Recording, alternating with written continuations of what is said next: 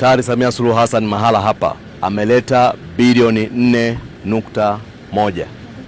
Nimekagua majengo yote, nimeingia kila chumba, kila darasa, kila maabara, kila ukumbi. Nimefika majengo yote ambayo yanatakiwa kujengwa kwenye shule hii. Nipe historia ya mabati ya shule hii. Upauaji wenu ulikuwaje? Nani anajua? Msinipotezee muda.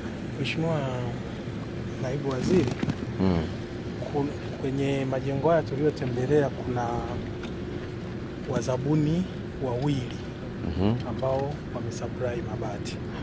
Kuna mzabuni wa ndani ambaye alisupply mabati ambayo kwa sehemu kubwa yaliwezeka madarasa, maabara na sehemu ya mabweni. Mabati mengine yalikuwa na mzabuni mwingine ambaye aliomba kwenye nesti akawa awarded tender, lakini alisumbua wakati wa kuleta hayo mabati. Nielezee vizuri bila kuruka chochote. Ndiyo. Na unielezee kwa haraka haraka. Ndio. Maana ninajua ninachokiuliza. Alishinda kwenye nesti kwa kuonyesha bei ambayo alikuwa ameshinda ilikuwa ni favorable ukilinganisha na nyingine. Akapewa bei aliyokuwa ameweka, aliandikiwa barua kuhakikishia kwamba anaweza kutoa huduma kwa bei hii aliyotoa. Akajikomiti kwa barua kwamba anaweza kutoa. Baada ya pale mchakato ukaendelea na akalipwa fedha. Baada ya kulipwa fedha, ule muda aliyopewa kwa ajili ya kalipwa fedha kiasi gani? Milioni 198. Ndio. Wakati tunatarajia alete mzigo ambao unastahiki akufanya hivyo kwa wakati. Mzigo unaostahiki maana yake nini? Yaani alitakiwa kuleta bando 3,000. Geji ngapi? Geji 28. Akaleta za aina gani?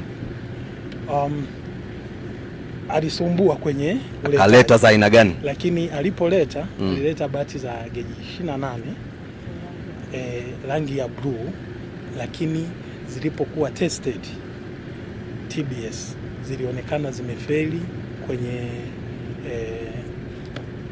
hazikuwa na ubora. Ndio, kwenye criteria ya koti. Wakati huo mmeshampa milioni ngapi? 198. Ndio. Ikaweje? Kwa hiyo baada ya kuwa tumehangaika naye akaleta hizo bati ambazo zilionekana hazifai, tulizishikilia zile bati, manake ilikuwa zisitumike. Maelekezo yalikuwa ni kwamba hizo bati zisitumike na hatukuzitumia, na kwa kuwa mradi ulitakiwa kuendelea tulitumia milioni 168 nyingine kuomba, tulitangaza hizo. Sawa. Ndio. 198 za yule kule ziko wapi? Zile bado hazijapatikana kwa sababu bado tumeshikilia mzigo ambao alitukabidhi. Yuko wapi huyo mtu? Huyo mtu ni wa Mwanza. Mheshimiwa DC, na kuelekeza huyo mtu atafutwe, akamatwe, aletwe hapa, arudishe milioni 198, achukue mabati yake takataka ambayo ameleta hapa. Umenielewa? Hayo mabati ya ovyo yako wapi? Yako store. Atafutwe, apatikane, aletwe akiwa ameshikiliwa. Mheshimiwa DC, na kuelekeza.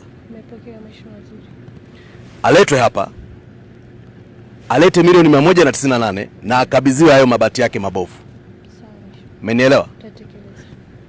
Tumie nafasi hii kumwelekeza Katibu Mkuu TAMISEMI, mara huyo mtu atakapopatikana hapa, baada ya kuwa amerejesha fedha zetu, fedha za serikali, fedha za Daktari Samia Suluhu Hassan ambazo ameleta hapa sehemu ya bilioni 4.1, milioni 198 kwa ajili ya hayo mabati ambazo zilichukuliwa kwenye hiyo fedha, na akaleta mabati feki hapa. Akishazirejesha hizo fedha, Katibu Mkuu TAMISEMI, wasiliana na mamlaka nyingine za serikali zinazohusika na ubora wa vifaa, afuatiliwe. Wote ambao wako kwenye cheni ya kuzalisha vifaa vibovu kama hivyo walivyoviuza kwenye shule hii, wachukuliwe hatua za kisheria.